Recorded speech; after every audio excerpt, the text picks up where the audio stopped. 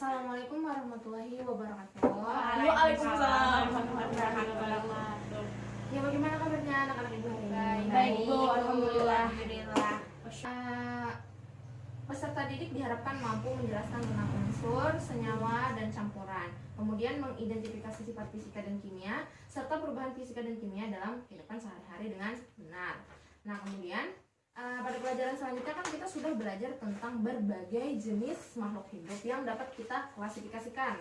Nah, tujuan umum klasifikasi makhluk hidup itu adalah untuk mempermudah mengenali, membandingkan, dan mempelajari makhluk hidup. Nah, makhluk hidup dapat diklasifikasikan berdasarkan 3 hal. Ada yang masih ingat? Lupa mungkin ya, jadi Ibu sampaikan langsung. Yang pertama, persamaan dan perbedaan. Yang kedua, ciri bentuk tubuh atau morfologi dan alat dalam tubuh atau anatomi. Ya, alhamdulillah. Kemudian yang ketiga, manfaat, ukuran, tempat hidup, dan cara hidup. Nah, setelah mempelajari tentang berbagai makhluk hidup yang dapat diklasifikasikan, sebenarnya dalam kehidupan kita sehari-hari ini, benda-benda di sekitar kita pun bisa diklasifikasikan. Nah, itulah yang akan kita pelajari hari ini, yaitu tentang materi dan karakteristiknya. Nah, kemudian Ibu akan membagi beberapa kelompok. Silakan. Nah, di sini sudah ada pengertian materi. Nah, materi itu adalah sesuatu yang mempunyai massa dan dapat menempati sebuah ruang. Nah, materi berdasarkan wujudnya dapat dikelompokkan menjadi zat padat, cair, dan gas. Contoh zat padat itu adalah beberapa jenis logam seperti besi, emas, dan seng. Maaf ada gambarnya, 2 aja. Kemudian zat cair itu contohnya adalah air, minyak goreng, dan nah, kemudian contoh zat gas itu adalah asap dan uap air. Nah, lanjut. Kemudian di situ ada unsur. Di situ sudah dijelaskan ya pengertian unsur. Jadi, unsur merupakan zat tunggal yang tidak dapat dibagi lagi menjadi bagian yang lebih sederhana dengan proses kimia biasa, ya kan? Seperti itu. Jadi unsur itu tetap dia akan tetap mempertahankan karakteristik asli dari unsur tersebut. Nah, contoh unsur dalam kehidupan sehari-hari itu adalah misalnya besi, timah, seng, tembaga, dan nikel. Emas ya bisa juga. Jadi unsur itu dibagi menjadi 2. Yang pertama adalah unsur logam dan unsur non-logam. Nah, contoh unsur logam itu adalah seperti besi, emas, dan seng. Nah, kalau misalnya unsur non-logam itu kayak karbon, nitrogen, dan oksigen. Nah, simbol unsur dibuat untuk memudahkan dalam penulisan nama unsur. Pernah melihat ini? Tabel periodik. Iya, pintar semua anak-anak, Ibu tepuk tangan dulu. Nah, ini ada beberapa perbedaan antara unsur logam dan non-logam. Nah, yang pertama itu adalah kalau logam berwujud padat pada suhu kamar kecuali reksa. Jadi reksa itu termasuk unsur logam, tapi dia bentuknya cair, pintar sekali. Kemudian yang non-logam itu adalah ada yang berupa wujud padat, cair, dan gas. Nah, kemudian logam dapat ditempa dan dapat diregangkan. Kalau non-logam bersifat rapuh dan tidak dapat ditempa. Nah, kemudian kalau logam itu konduktor listrik dan panas. Konduktor itu artinya mendapat listrik. Pintar. Kalau non logam itu non konduktor kecuali grafit. Nah, kemudian yang selanjutnya adalah senyawa. Nah, senyawa merupakan zat tunggal atau murni yang dapat diuraikan menjadi 2 atau lebih sederhana dengan proses kimia yang biasa. Nah, senyawa itu adalah air H2O karena dia terdiri dari unsur H dan O2 ya. Hidrogen dan oksigen. Iya. Nah, senyawa terbentuk melalui proses pencampuran unsur secara kimia. Sifat suatu senyawa akan berbeda dengan sifat unsur-unsur penyusunnya. Misalnya, sifat air sebagai senyawa akan berbeda dengan sifat gas dan oksigen sebagai unsur penyusunnya. Paham? Paham. Oke. Lanjut ada yaitu campuran. Nah, campuran itu adalah suatu materi yang terdiri atas 2 zat atau lebih yang masih mempunyai sifat zat asalnya.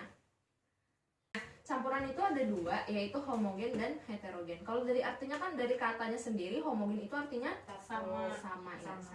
Putri benar. Homogen adalah campuran yang tidak dapat dibedakan zat-zat yang tercampur di dalamnya. Sebuah campuran itu disebut juga larutan. Nah, larutan itu terdiri dari zat pelarut dan zat yang terlarut. Iya, pintar. Nah, kemudian campuran itu ada beberapa jenisnya. Yang pertama itu adalah larutan, asam, basa, dan garam. Kalau asam berarti bersifat asam. Kalau misalnya contoh asam itu seperti jeruk, lemon. Nah, jadi ciri atau tanda dari larutan asam itu adalah yang pertama rasanya pasti sudah masam atau tidak boleh dicoba kecuali dalam makanan. Dapat menimbulkan korosi.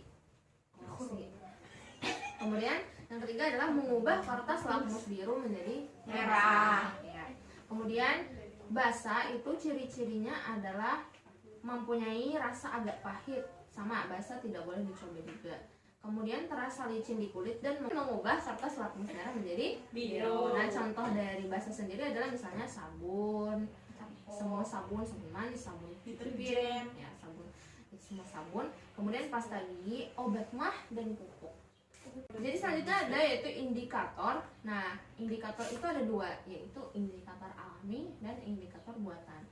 Indikator alami itu contohnya misalnya adalah kunyit, bunga mawar, kubis merah, ya, kubis ungu, bunga kembang sepatu. Nah, ekstrak kunyit akan memberikan warna kuning cerah pada larutan asam dan dalam larutan basa memberikan warna jingga. Jadi kita bisa mengetahui suatu benda itu misalnya dia bersifat asam atau basa dari si indikator alami itu tadi, misalnya adalah kunyit. Nah, salah satu contoh indikator buatan itu adalah kertas lakmus yang tadi sudah disebutkan kan, kalau misalnya bersifat basa adalah berwarna biru. Kalau misalnya bersifat asam dia akan berubah menjadi warna merah. Nah, kemudian selanjutnya adalah garam. Nah, jadi garam itu terjadi karena ada percampuran antara unsur asam dan unsur basa, kemudian menghasilkan yang namanya garam. Nah, contohnya adalah HCl ditambah NaOH itu sama dengan NaCl tambah H2O. Itu nanti. Dan yang selanjutnya adalah campuran heterogen. Heterogen itu pasti artinya adalah Tidak berbeda, ya, berbeda. Nah, contohnya itu adalah campuran contohnya itu adalah pasir yang dimasukkan ke dalam air. Nanti kalian akan mencoba di lembar kerja kelompok nanti, ya. Nah, sekarang kita coba bedakan ya antara unsur, senyawa, dan campuran yang sudah ibu jelaskan tadi. Nah, unsur adalah zat tunggal. Kalau senyawa juga zat tunggal, sedangkan campuran adalah zat campuran. Nah, kalau misalnya unsur itu tidak dapat diuraikan, senyawa dapat diuraikan, dan campuran juga dapat diuraikan. Kalau unsur terdiri atas satu jenis atom, sedangkan senyawa tersusun atas dua jenis atau lebih.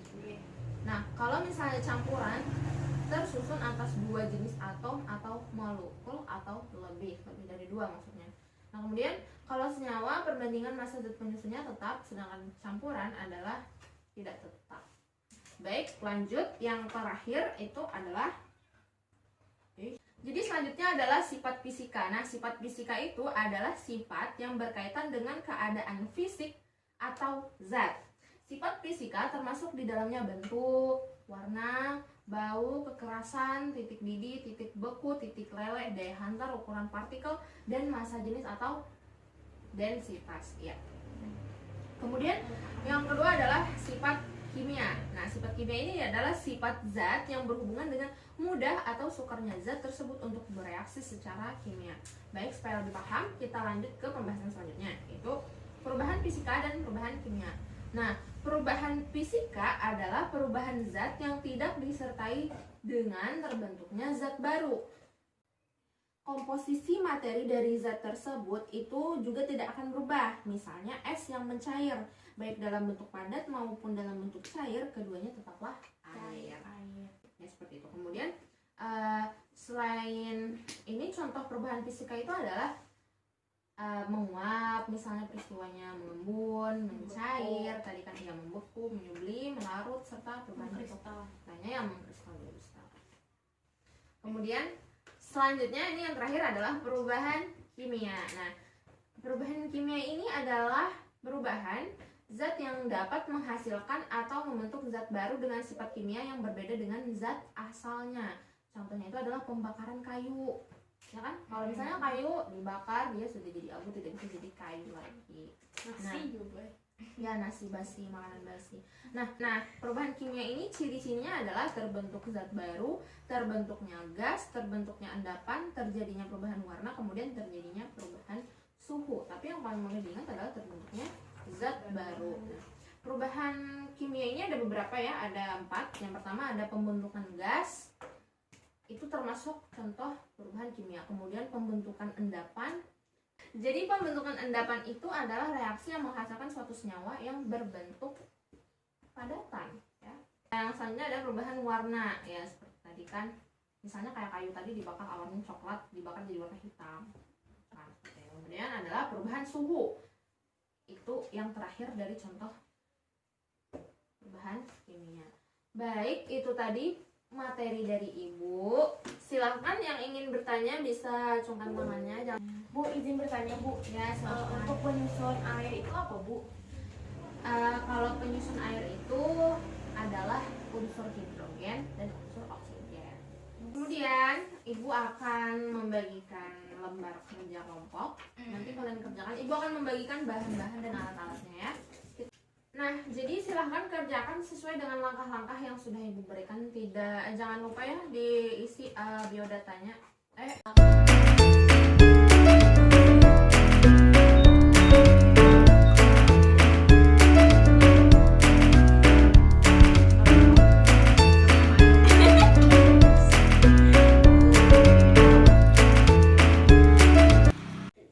Assalamualaikum warahmatullahi wabarakatuh. Di sini larutan gula, air gula ini ya, bisa disebut sekarang air gula karena sudah ada gula yang terlarut di dalamnya. Ini adalah campuran atau larutan homogen. Nah, campuran yang tidak dapat dibedakan antara zat pelarut dan zat terlarut. Jadi sama-sama kayak kelihatan sama kan seperti air. Sedangkan campuran pasir di dalam air ini disebut larutan heterogen. Ya, karena masih terlihat tuh pasirnya, masih bisa dibedakan yang mana air, yang mana pasir, masih bisa terlihat. Ibu bagikan ya ini lembar kuisnya, silahkan dijawab dulu, Ibu tunggu. Jadi untuk pelajaran selanjutnya itu adalah tentang suhu dan perubahannya. Nanti kita akan mempelajari tentang jenis-jenis termometer, tentang satuan suhu, kemudian skala suhu dan lain-lain. Itu bisa dipelajari dulu ya di rumah sebelum minggu depan masuk lagi. Bisa dibuka nanti bukunya atau cari-cari referensi lain di YouTube atau di jurnal. Terima kasih atas perhatiannya anak-anak Ibu hari ini. Semoga ilmunya bisa bermanfaat. Ibu akhiri. Assalamualaikum warahmatullahi wabarakatuh. Waalaikumsalam warahmatullahi wabarakatuh.